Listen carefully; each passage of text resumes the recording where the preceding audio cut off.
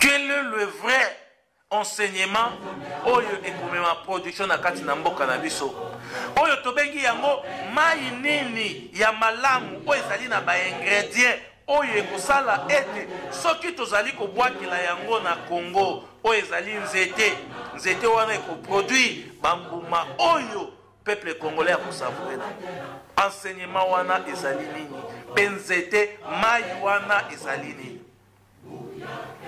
État que un analyste spirituel ndeko na biso Jean-Marie Kasanda enseignement ezali moko, mai pe ezali moko ya malamu oyo ezali na ba ingrédients oyo ekopermettre mboka na biso ya Congo ekota na kati ya émergence, oyo ekopermettre mboka na biso ya Congo ekota na kati ya développement, pe peuple congolais azala productif,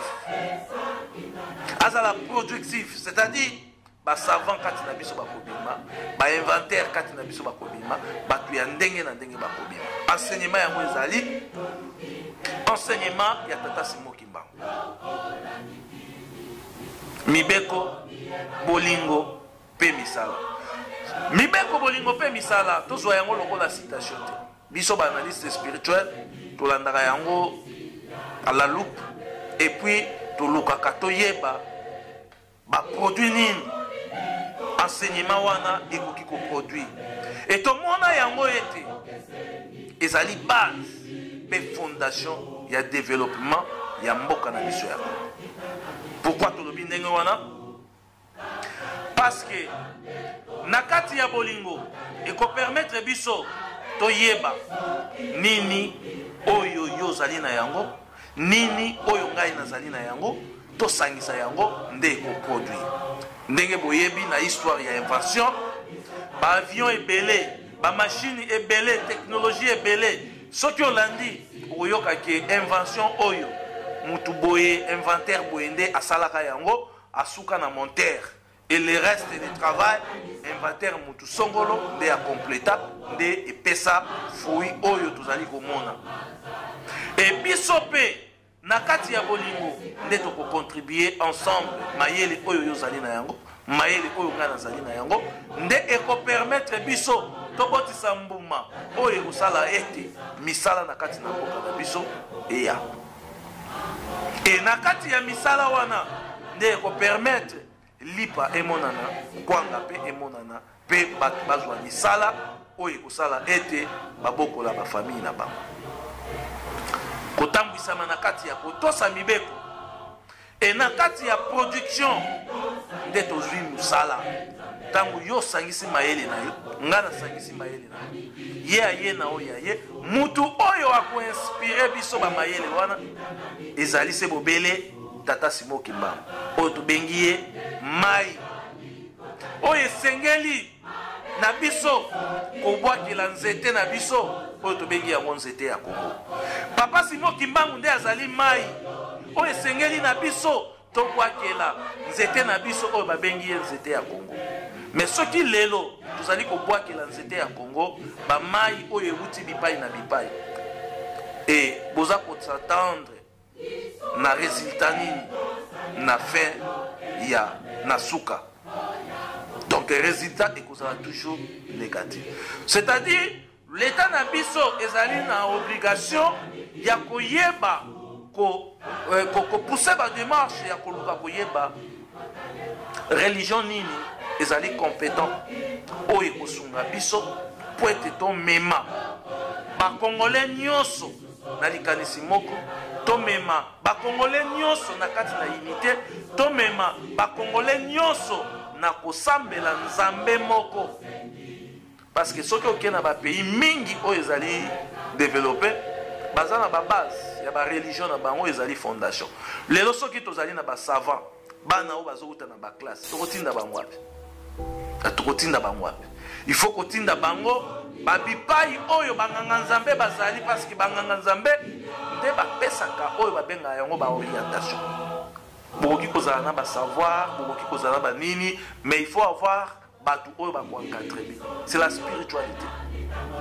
Donc soki lelo bosalaka toza na système ya mboka na biso ba lauréat ba savant bazokenda kotanga na poto, bazomema bango kuna ponani parce que baza na posa ba encadrer bango et pas ya batu oyo bazali doué na spiritualité pour être ba orienter bango malamu et avec cette orientation mutu eko permettre bango ba memela biso ba invention na ba technologie makambo ebele mibeko eko permettre biso toyeba ete eloko oyo tosalaki yango na kati ya bolingo epesi biso misala wana esengeli na biso kobatela yango ekosala ke moko na moko ayeba kotosa balimiti na ye po ete kimia ewakota na kati na mboka na biso.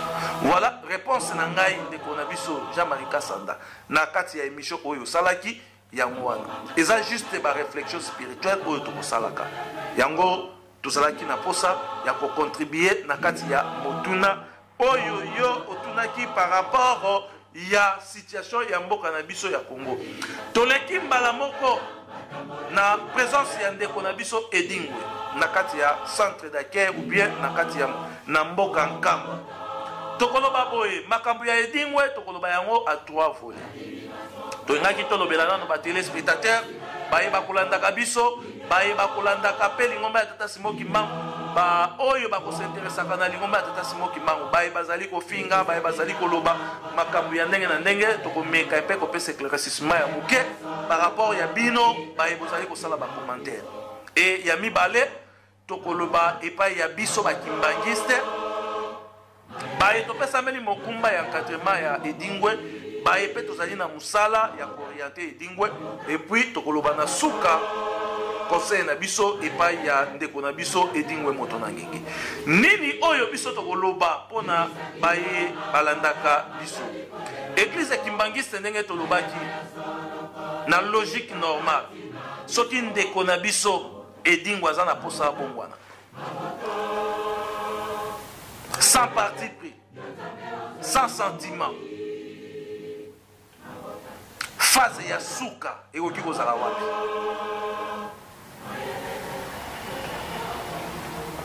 ekozala kaka na église kimbangiste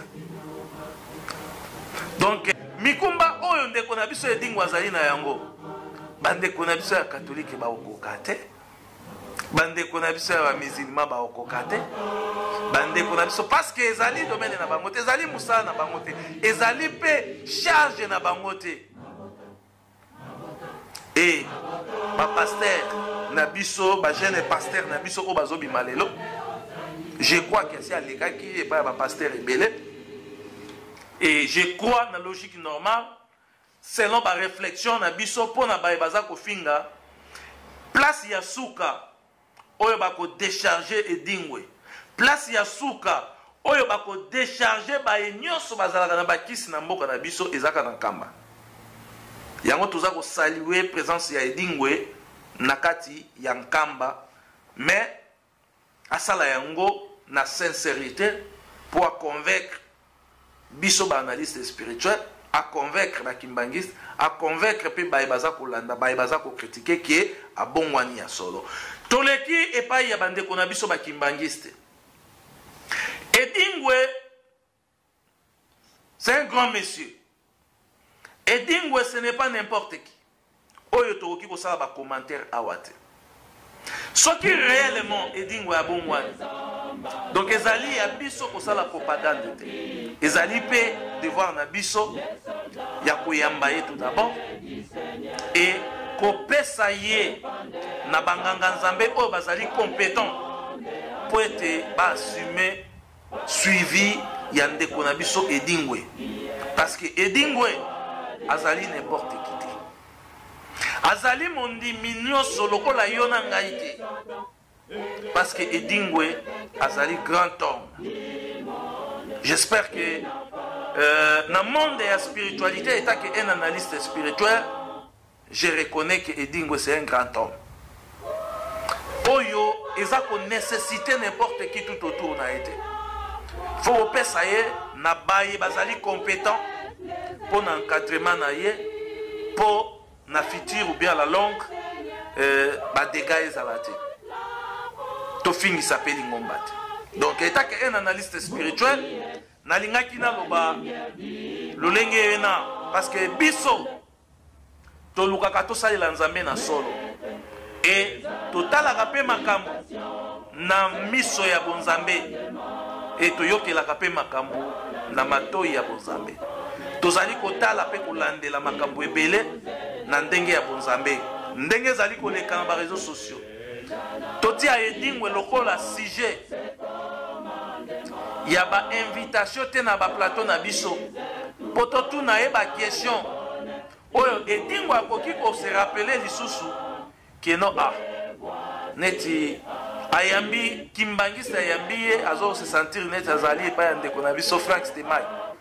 Kimbangisa ayambi ye azali ko se sentir lokola azali epai ya ndeko na biso nayebi te ndeko na biso bosolo na politique. Kimbangisa ayambi ye na plateau a se sentir lokola aza ko se retrouver epai ya ndeko na biso nayebi te so chroniqueur ni nakoki kotanga kombo parce que toza na ba chroniqueur tellement ebele. Donc topesa edingwe na basali ya nzambe oyo bazali compétent pour encadrement na ye parce que nzela oyo edingwe aponi ezali nzela ya tata Simon Kimbangu. E biso tozali bakimbangiste toyebi na bosolo ndenge nini tata Simon Kimbangu alingaka musala na ye to bana na ye batambola. Pona ndeko na biso papa edingwe conseil na biso ezali boy nzela oponi ya tata Simon Kimbangu ezali nzela ya sacrifice. Sacrifice ya makila te, sacrifice ya bitumba te, sacrifice ya bapompage te, kasi ezali nzela ya sacrifice ya mabondeli, sacrifice ya kotonga nkamba, sacrifice ya kotosa mibeko, et sacrifice ya kosala misala, pe sacrifice ya kozala na bolingo. Ezali nzela ya pasi. Tozali kotala yo na miso ya bonzambe, tozali pe koyoka yo na matoi ya bonzambe. Tango zali koleka na ba plateau nyonso, luka o convaincre bato ki obongwani ya solo. Na bizaleli na yo, na elobeli na yo, na misala na yo, na efandeli na yo, nyonso oyo kosala tout autour na yo, yango eko reflecte ya solo ete ndeko na biso edingwe abongwani ya solo alandi nzela ya tata Simon Kimbangu.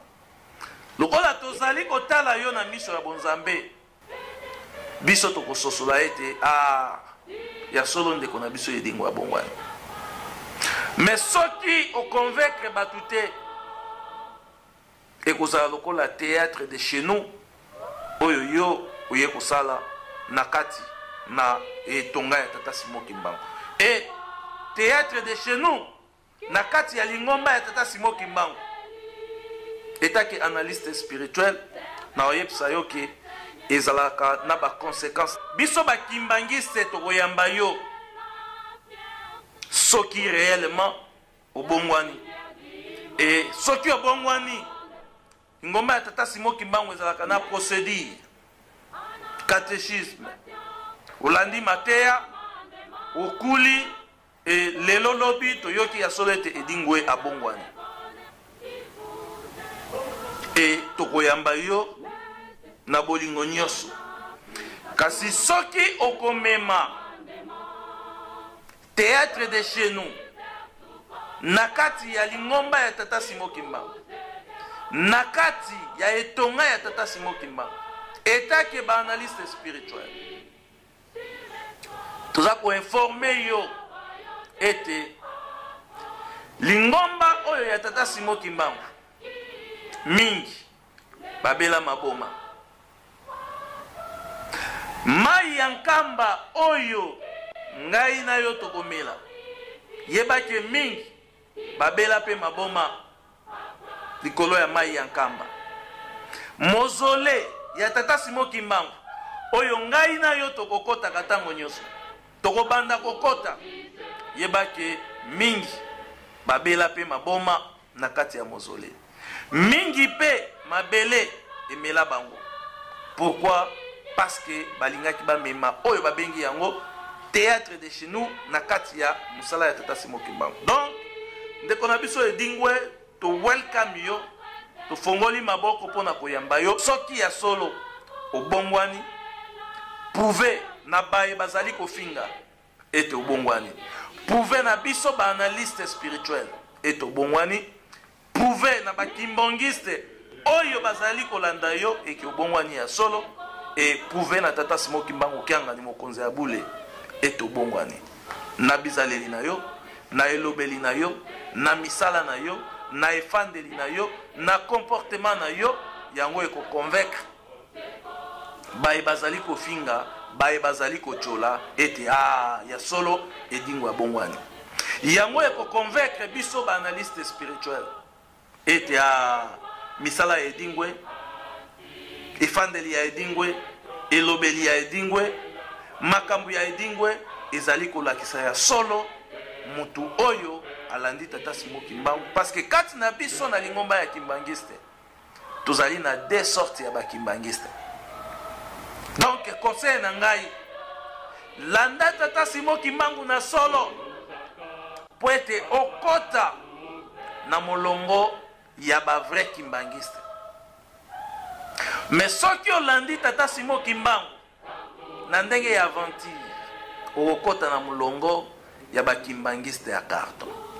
Ndenge touti koloba na kati ya lingomba na biso mingi babela maboma na likambo ya tata Simoki Mbangu. Voilà wana ezalaki conseil na biso soki oconvaincre biso baye baza kofinga neti yo bandaki kofinga baokoma pe bakimbangiste. Soki oconvaincre bango baye bazali kochola neti yo na ngai to bandaki kochola baokoma pe bakimbangiste. Voilà batata ba maman ndeko na biso edingwe conseil o tozalaki nango posa pona kopesa epai na yo yango wana pe komema éclaircissement epai ya baye bakulandaka biso baye bazali kofinga assistance ya ndeko na biso edingwe na mboka ya Nkamba pe bandeko na biso bakimbangiste oyo bazali tout autour ya ndeko na biso edingwe ndenge tolobaki edingwe azali n'importe qui te lokola edingwe ya bongwani ce n'est pas ya mutu nyonso oyo akoki kokende epai ya edingwe po ete apesa edingwe enseignement. Edingwe abongwani lingomba ezali na bapaster compétent oyo il faut bapesa edingwe epai na ye po baencadre edingwe si réellement edingwe abongwami parce que biso baanalyste spirituel toza kocontinue kolandela edingwe mpe kotala maye ndeko na biso edingwe azali koloba. Donc conseil na biso epai ya ndeko na biso edingwe yango wana prouve na batelespectateur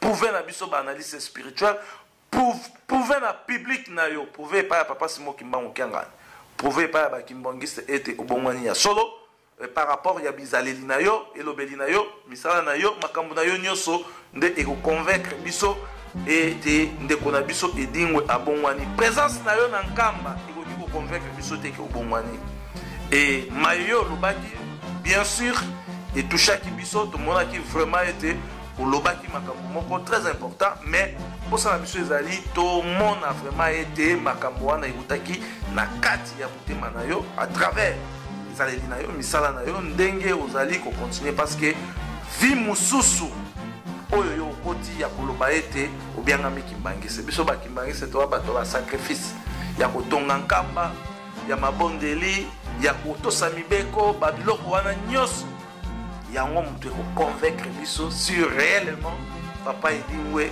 obongwani.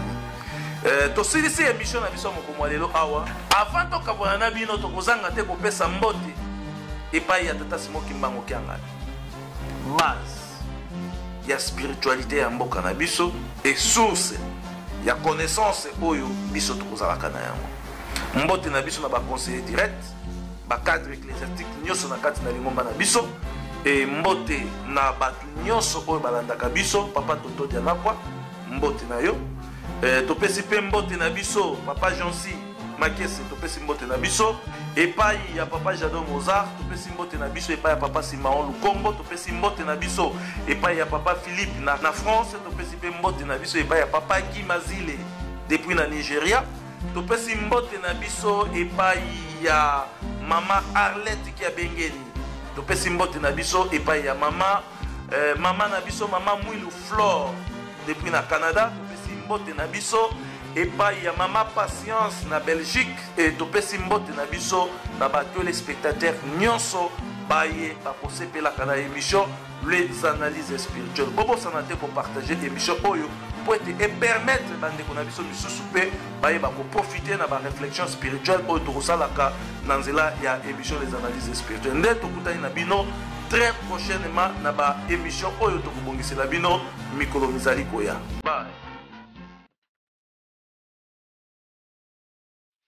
Africa 21 TV, un nouveau monde.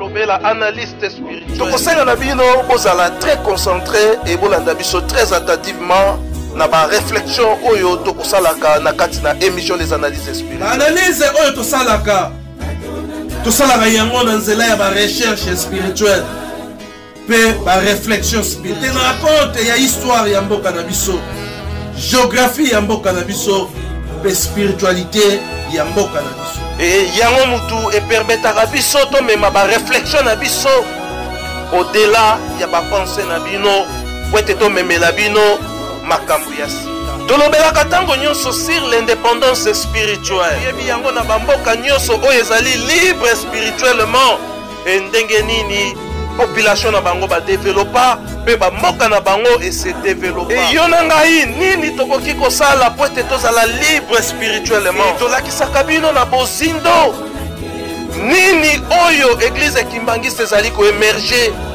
comme ba secret ya libération spirituelle pona mboka na biso pe continent na biso ya ntango nyonso bolandaka yango toujours na kati ya émission to na nzela ya émission les analyses spirituelles. Afrique tokomi na mpasi, mokili mwa Afrique tokomi na mpasi. Soko mokonzi nyonso to ya Afrique bakamata initiative bavanda esika moko kama nini za kutongosa biso boye baluka nzela nde bakukutia barrière. Soko batu wana minene bavanda esika moko baluete kama nini za kutongosa biso baluka nzela balongola likambo wana nde tobongo msama na mbala moko en un clan d'œil terminé.